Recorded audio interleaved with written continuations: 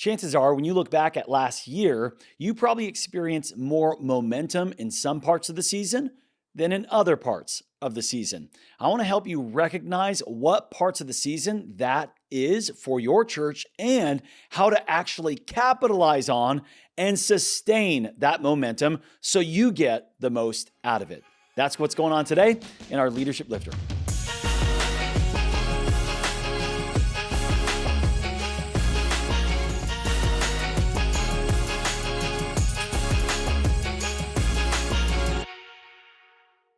Next to God's favor, there is nothing a leader desires more than generating and catching some momentum. Momentum is a force that is greater than the sum of all your leadership and strategy, your efforts and resources combined. Momentum, it's the spiritual X factor that propels your church forward at a rate that is difficult even to explain. Over the years at Discovery Church, it's been hard to answer the questions why we have grown by so much. People ask me the question, what's the one thing? The reality is it's not one thing. And the reality is it's really hard to explain what God is doing. We grew by 36% this last year. And then we saw in the new year here a 40% retention or 40% growth from the Christmas retention of visitors. It's amazing. Honestly, it's quite hard to explain because we work hard, but God's hand is on any real momentum that has exponential substance, which makes it hard to explain. But I'm going to do my best to kind of show you how ministries across the board have ebbs and flows. I call it an operational rhythm. When you understand about momentum, you can better lead toward it. And I hope that by giving you this operational rhythm overview, that you can kind of see the ebbs and flows of your ministry. I'm going to put a chart on the screen. It'll also be on the show notes. For those of you that are watching or listening, I'm going to try to explain it through with you. But you can download these show notes or get them emailed directly to you by subscribing. On this operational rhythm flow chart, you can see it begins for us around August. This for us at Discovery and for a lot of churches experience an increase, an influx of momentum around fall. Now, there's a peak for us, there's an anniversary service in September as well. That kind of is the tail end of the peak of fall, August through anniversary, and then it starts to slowly, gradually decline through August and November until Christmas. It pops right there at Christmas at a height, and then on into the new year, the retention of that. And then after February and moving March, it just kind of decreases again until there's another pop of momentum. Here it comes, Easter. It's huge attendance, a lot of people coming, inviting. There's even some we'll talk about that, post-Easter growth. You've kind of grown by a little bit. We're maximizing it. We'll talk about sustaining the momentum there, but it eventually will go back down May, June, July, your summer months. And then for us, what we've done at summer, in the past, we're doing it again this year. We're bringing back an At the Movies series in July so that we can see an uptick in our attendance again and create some momentum in July through a creative series called At the Movies. And then it gradually decreases again until August comes back around.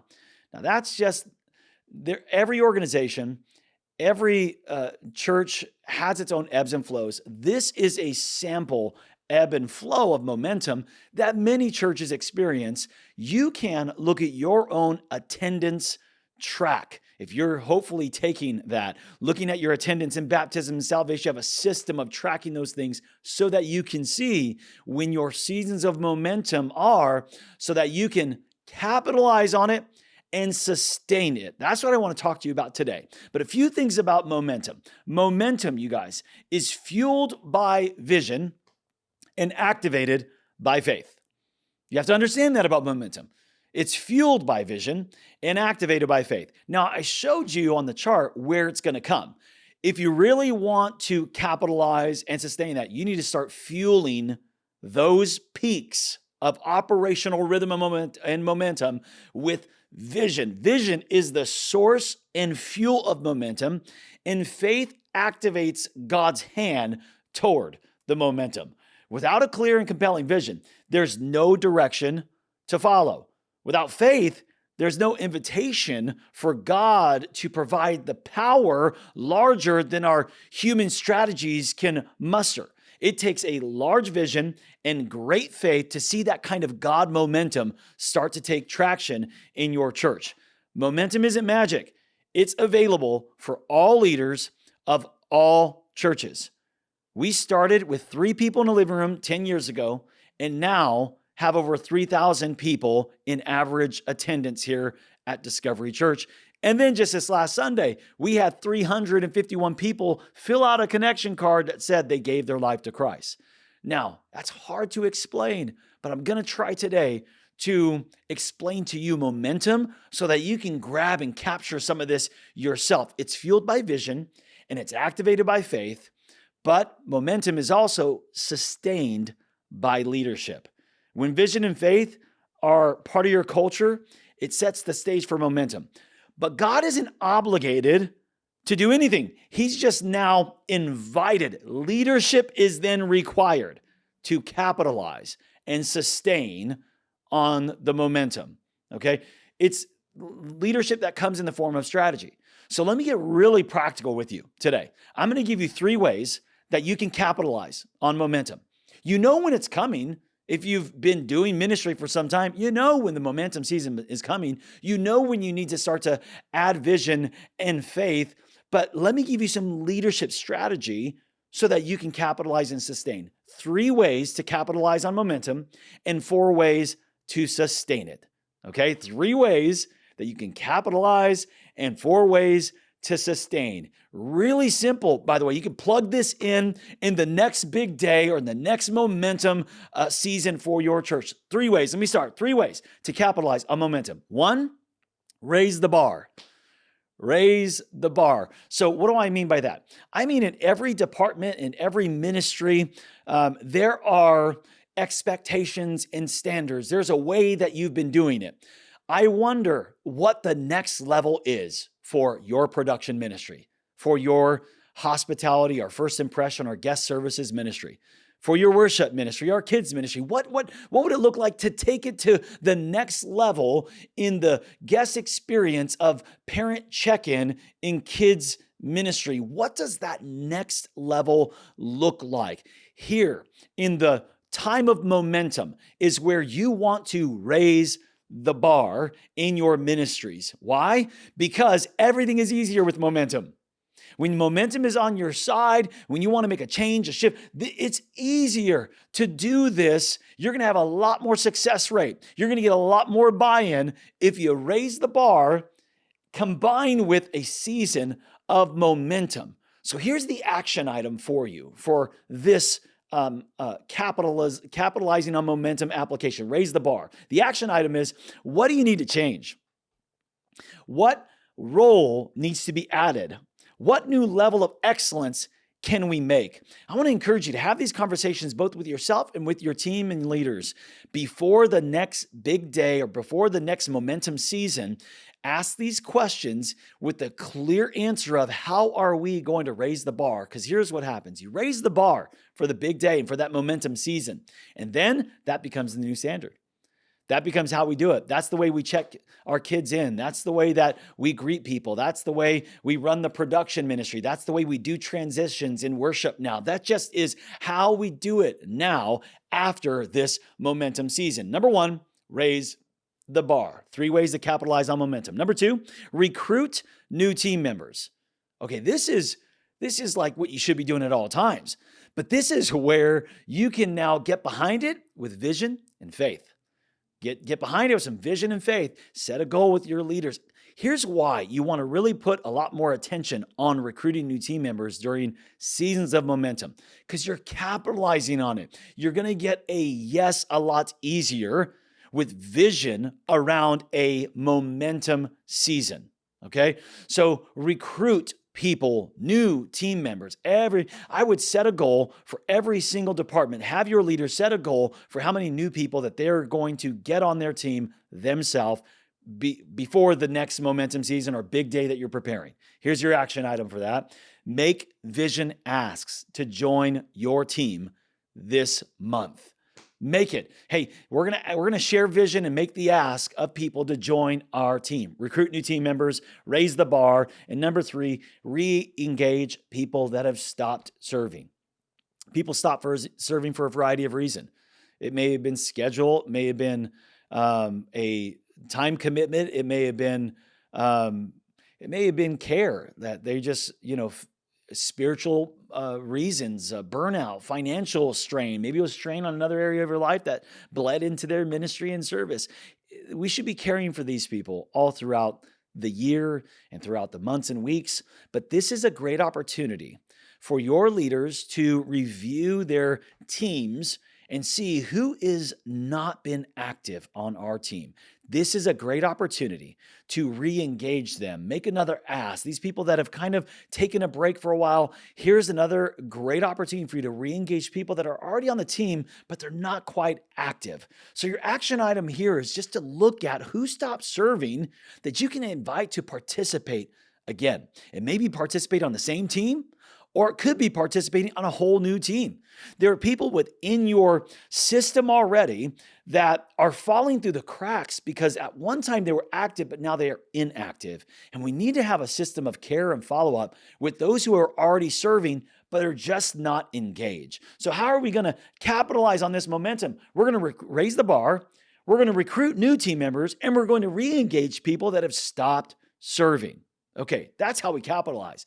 But how can we sustain the momentum?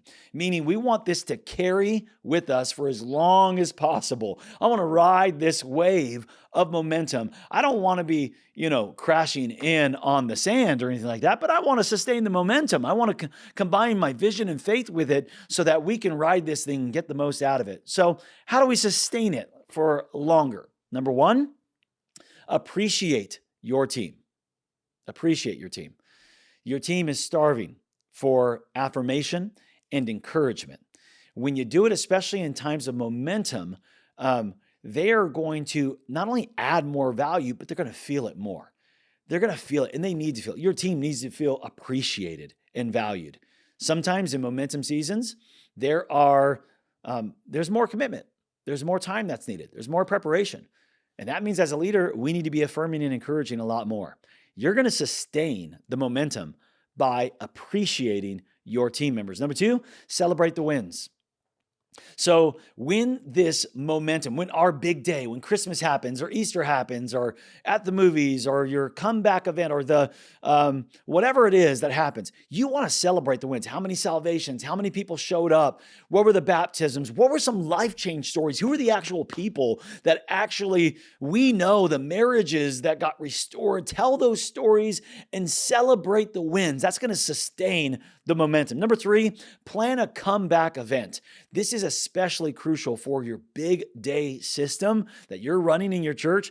You should have not just a plan for Easter and Christmas, and if you're doing it at the movies, and if you do something special around the fall or an anniversary service like we do, and you should plan not just for the big day, but plan a comeback event. For us, it's oftentimes in kids ministry, it's a family type experience. It's something for the kids to want to come back to church again. Plan that. Then promote it and tell the kids about it and tell the families about it on the big day so that they know to come back. Number 4, plan an engaging sermon series. Plan and engaging. So after the big day, when you're inviting them back for the kids thing or this event that's happening in kids ministries or whatever it is, also invite them back to your new sermon series that's actually starting the very next Sunday.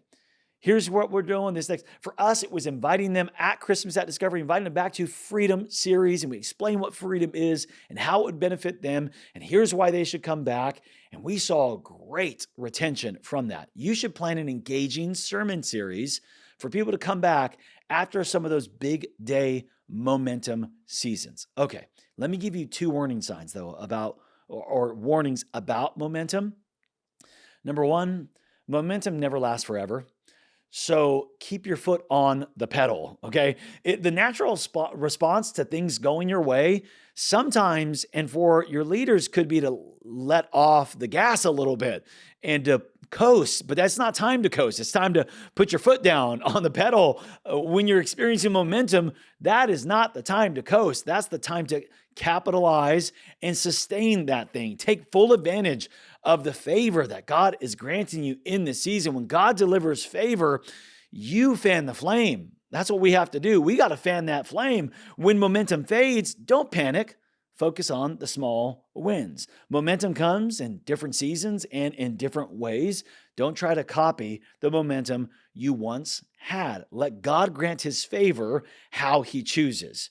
Momentum never lasts forever. Make sure you're capitalizing and sustaining on it. The second warning sign I would say is momentum takes an unexpected twist sometimes toward entitlement.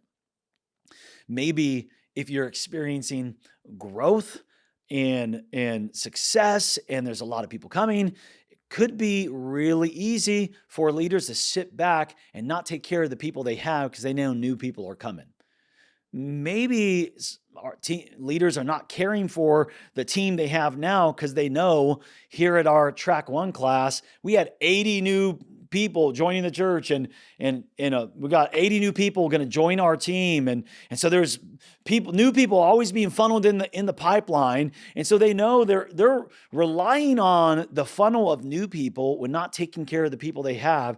And so they're constantly having people exit the back door and needing new people to come in. This is a form of entitlement because we're not really caring for our team. We're relying on the momentum. Hey, our systems and the sermon series and the pastor and the church is going to, give me my team. I'm going to get it from whatever system of discipleship and assimilation that we have, whether you got a discovery track or next steps or growth track or whatever it is that you have. Leaders can easily become entitled by the momentum. Leaders can become distracted by all of these rewards and benefits of momentum, but the benefits and rewards, when you focus on them, it kills the momentum. Don't get me wrong. There's nothing wrong with the benefits and rewards of momentum. It's when the rewards become the focus. That's when momentum is destroyed. In your church, you have seasons of momentum. Are you capitalizing and sustaining them? Are you adding vision and faith and active leadership to capitalize and sustain your momentum? Let's take full advantage of the God momentum he's going to bring this year to your operational rhythm.